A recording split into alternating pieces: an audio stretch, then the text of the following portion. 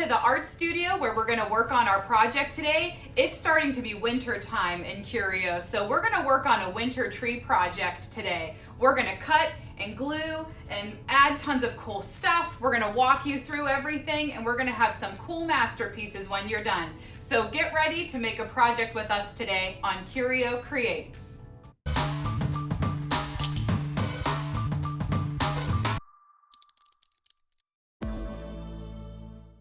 Here's what we will be using today to make our art project. Remember, use what you have at home. It's okay if you don't have the same things that we do.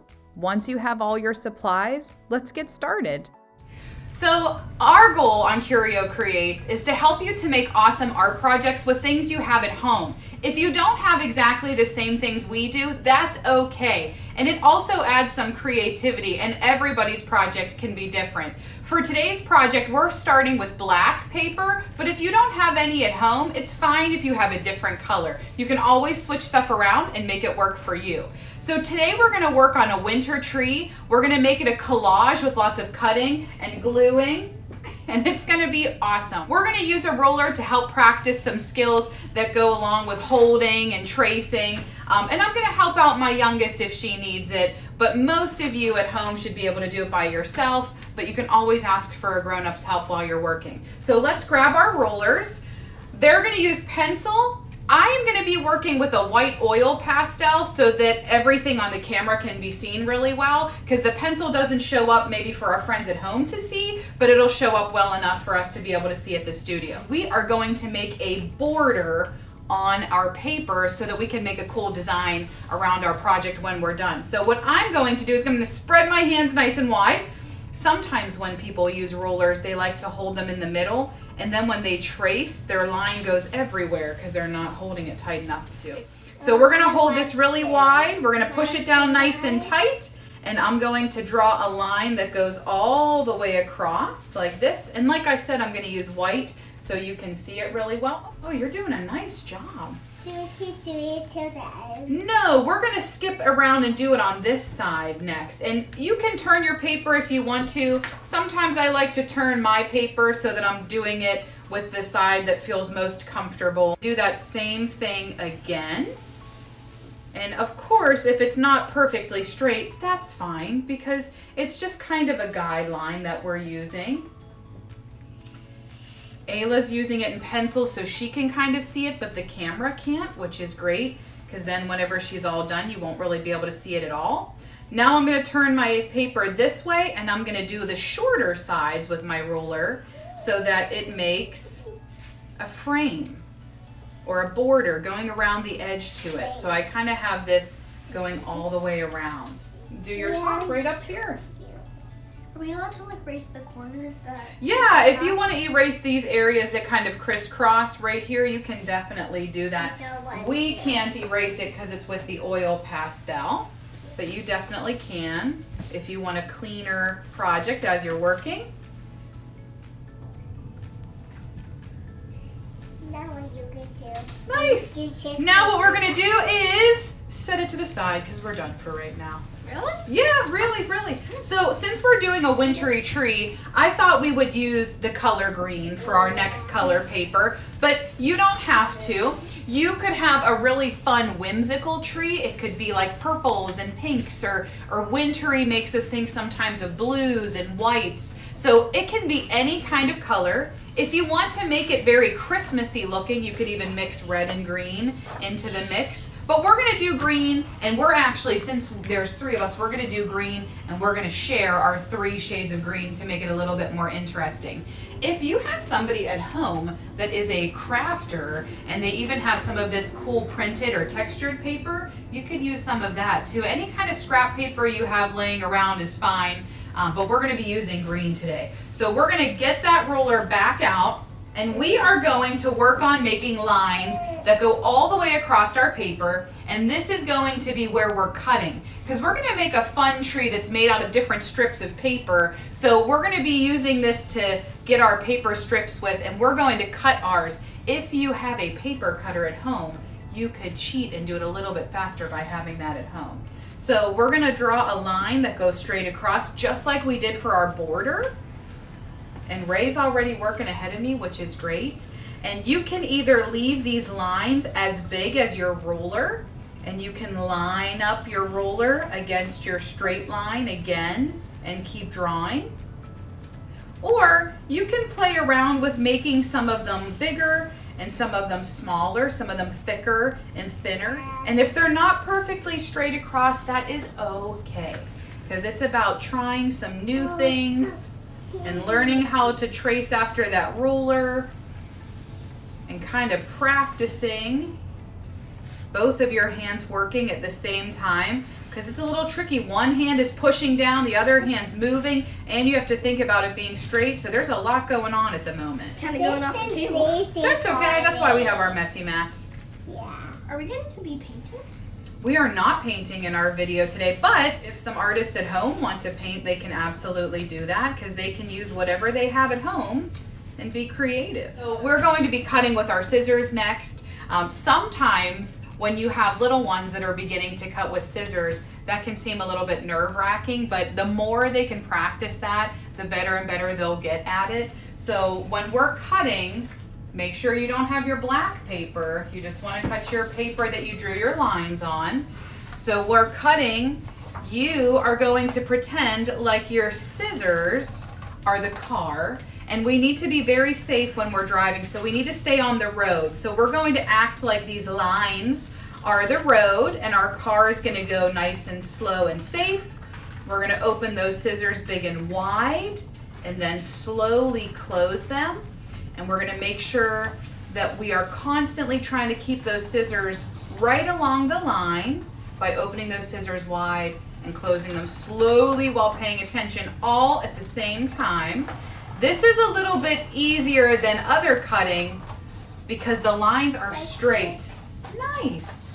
When you have straight lines like this, you don't have to turn your paper and curve it. That's a little bit more advanced cutting. So lines like this are great for little ones to be able to practice cutting and practice getting strength to open and close their scissors up and down. Sometimes it can be hard for our friends to build hand strength to open and close scissors. That's not really something we think about sometimes, but that is something that they build strength with as they keep practicing. So we're going to spend some time cutting out our strips. While we're cutting, I'm going to show you some tips of how to get some really early learners ready to cut and use real scissors, and practice with some nice, easy, safe scissors first, because sometimes that can be a little scary for new parents. So check out a way that you can get your new little artist working with some scissors safely.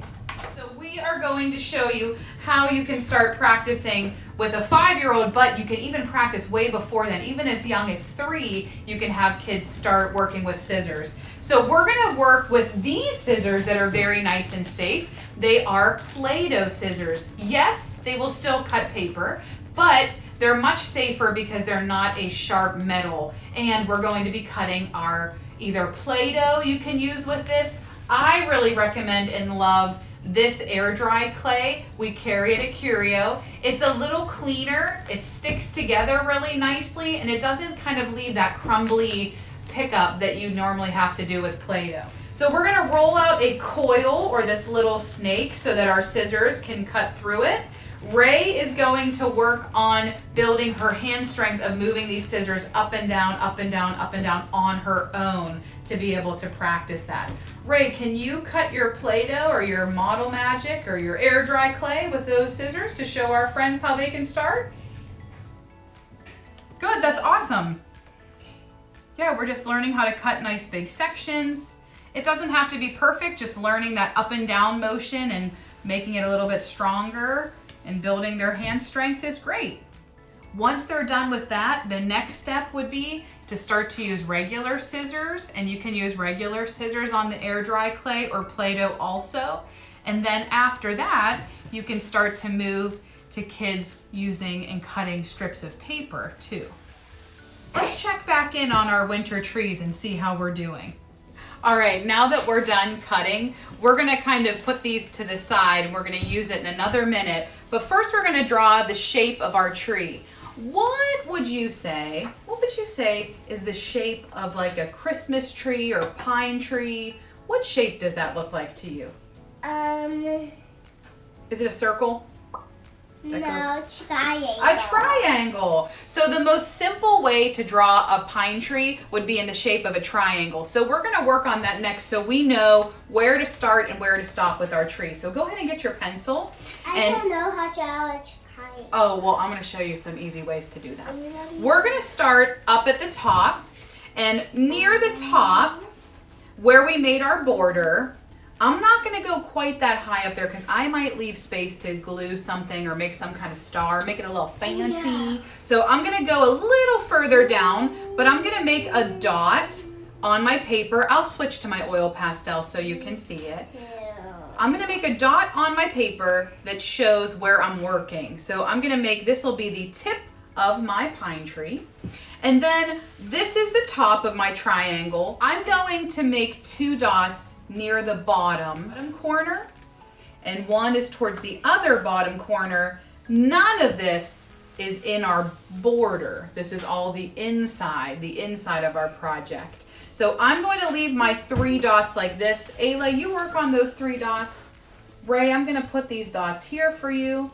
If you're doing dot to dots with any small children, you're going to start with the areas that they can draw to, and you can kind of add some little dots in between. Think of like when you were maybe in grade school and you're learning how to draw a letter or a number, and you kind of practice it first. You connect those dot to dots. This is an easy way for our younger artists to still make the shape on their own, but yet they still have like an idea of where they want to go. So Ray has a lot of dots. I have less. I'm going to connect my top dot to my bottom. Can we use a roller to make it nice and straight? I was just going to say that. I'm going to do it without a ruler, but Ayla, since she likes everything to be very crisp, neat, tidy, she's going to use her ruler so that she knows that by connecting these 2 dots, her shapes and lines are going to be very perfect and exact. This triangle shape is to show you how big you should be making your pieces of paper. I'm going to start with my 1 strip of green paper. If I glue it down here, it is way too gigantic and it does not fit inside the bottom of my tree.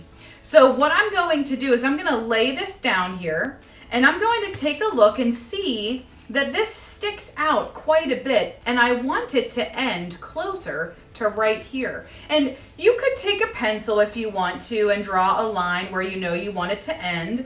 Or if you're really good at kind of eyeballing it, you can just think like, oh, this is about how wide I need it to be.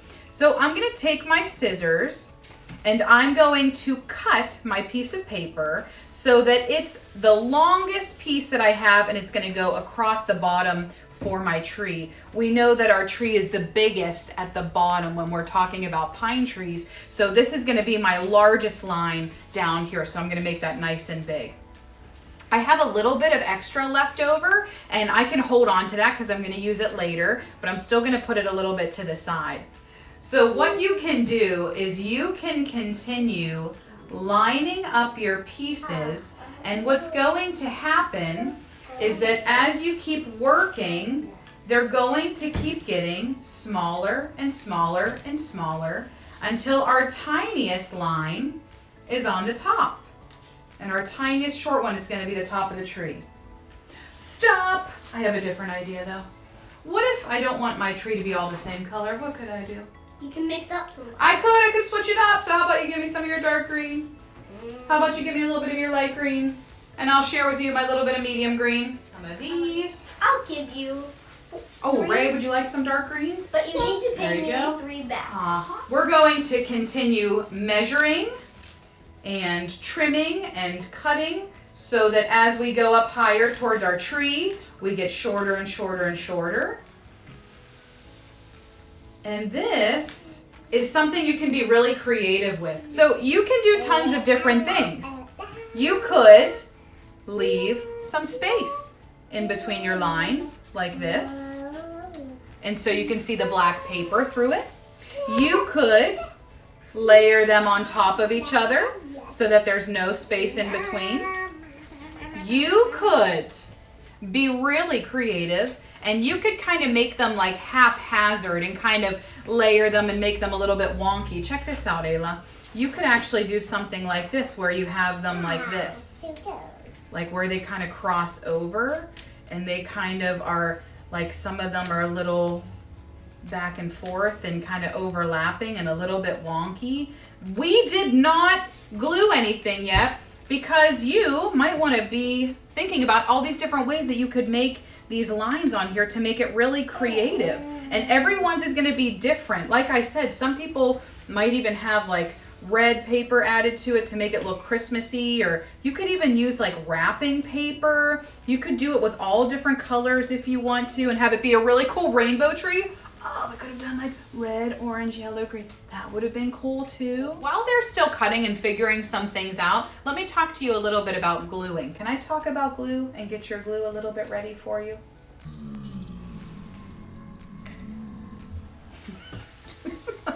I'll do it. Gotta love that. That's the best. So gluing can be as stressful sometimes at home as cutting with scissors, because no matter what seems to happen, a little bit is hard to use. So sometimes there can be an overflow and mountains of glue on projects, even though we only need a tiny bit. So when we're gluing, we want to make sure that we're putting little teeny tiny dots of glue on. So we're looking for something a little bit more like this, where our glue is on the edges of our paper and it's not in big, huge quantities. It's funny because kids get upset that things that they glue don't stick together, and it's actually because they have way too much glue and it doesn't want to hold because it's just all smeary with extra glue. Has that ever happened to you? Yes. That you've used too much? So you can try to make sure that you put little dots of glue on. You could put the glue on for your little artist, but I always recommend they try to do it on their own too. You can bypass squeezing glue out of the bottle altogether by putting glue in the cup. Ray, can you give me your cup? Sometimes when Ray doesn't want to squeeze the glue bottle, we get a little cup or an old container and we pour some of the glue in here. That's good for right now because we're not doing too much. And then instead of her trying to put dots on with the glue bottle, what is this that you're going to use? It's a Q-tip. Yeah. It's a Q-tip in garbage cans. Yeah, so they can either dip the Q-tip in the glue and rub it on their paper, or she could also put the glue just on the little edges of her paper and flip that over too. If you're not feeling liquid glue, this project is really glue stick friendly also, so you can always use a glue stick if you want to. That makes it easier also to keep the mess away. So we're going to continue kind of layering our paper, and I'm really excited to see what our friends do differently than what we do when they're working on their project. I think I'm gonna use like a white, like a yellow thing at the top and make a star. Oh, are you gonna make yours more of a Christmas tree?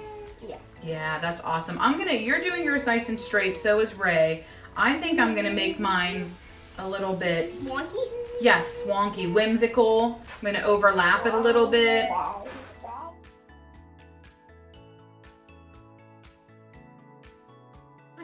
I think I could continue doing this for hours and just doing more layers. So I'm pretty close to done with my tree. How about I start to talk about our next part for our friends to be able to work on? If you want to, you can leave your tree totally empty and it can just be this great wintry tree, and you can choose to be done with your tree image. Ayla was talking about adding a trunk to it. You might want to take a piece of brownish paper if you want to and cut a little trunk for it. You might want to draw it. You might want to leave it empty like I am and have no trunk. What I'm going to ask you to do is to kind of search around your house for things that you might have already in like a crafting art area, things in your house that you're able to use to glue onto your project. So one thing we like to use, I saw that. One thing we like to use a lot at our house and at the studio are buttons. Sometimes different pieces of clothing come with extra buttons, so we like to use buttons for some different examples of decorations and fun things. Sometimes we have these little fluffy pom-pom balls that we like to glue onto things too. Gosh, you can use these for so many different creative parts of art projects, but this would be a great thing to use today. We had some of these old sequins.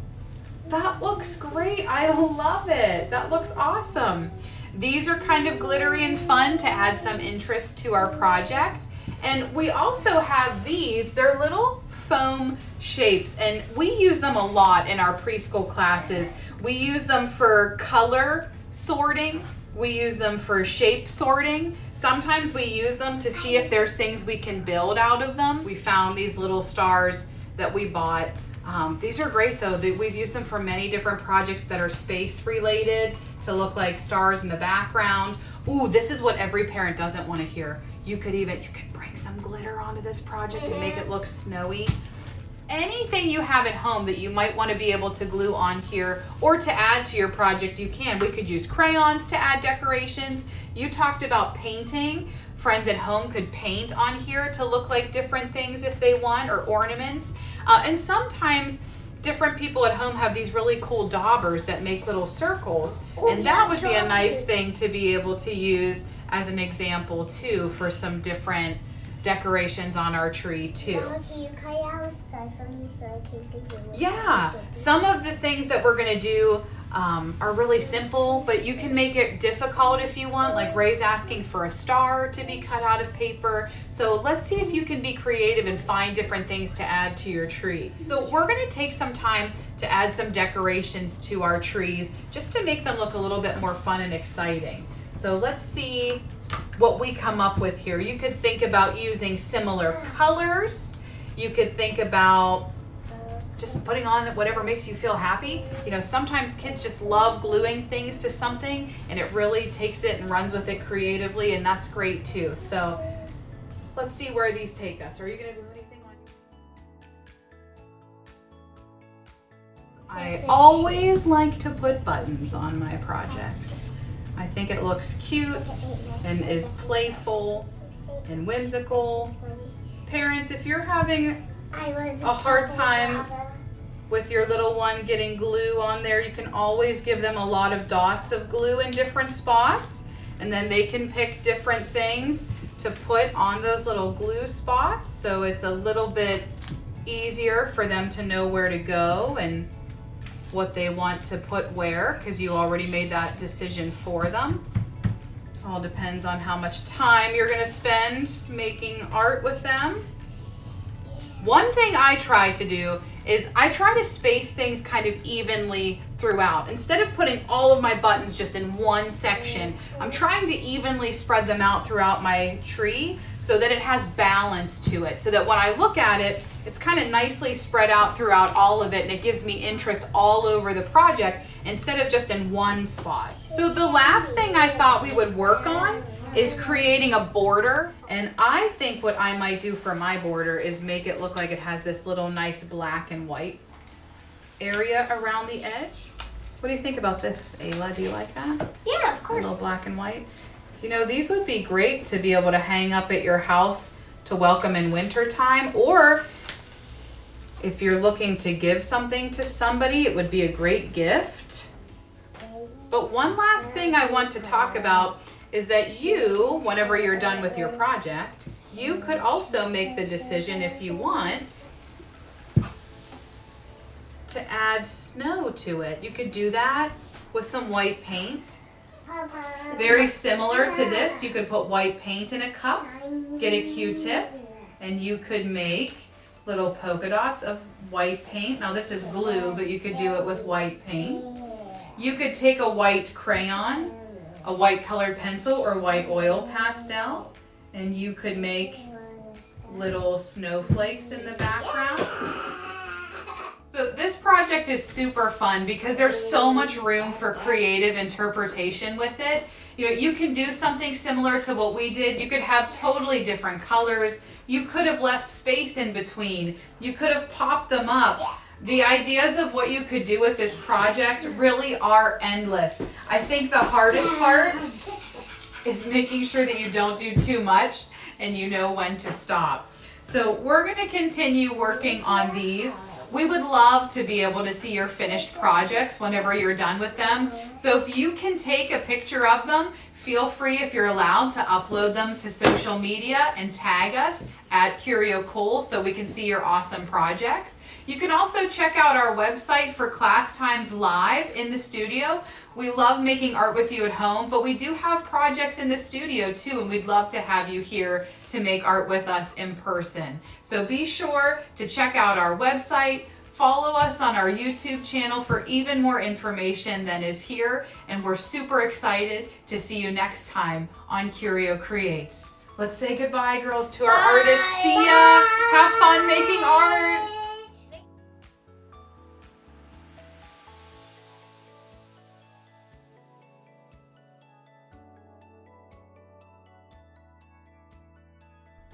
Thank you so much for taking the time to make art with us today. I hope you had as much fun as we did. If you would like to have more content or always be in the know of something cool that's happening at Curio, be sure to subscribe to our YouTube channel and our website at curiocool.com. This will keep you updated with any new classes, events, videos, kits, art supplies, art shows, and more.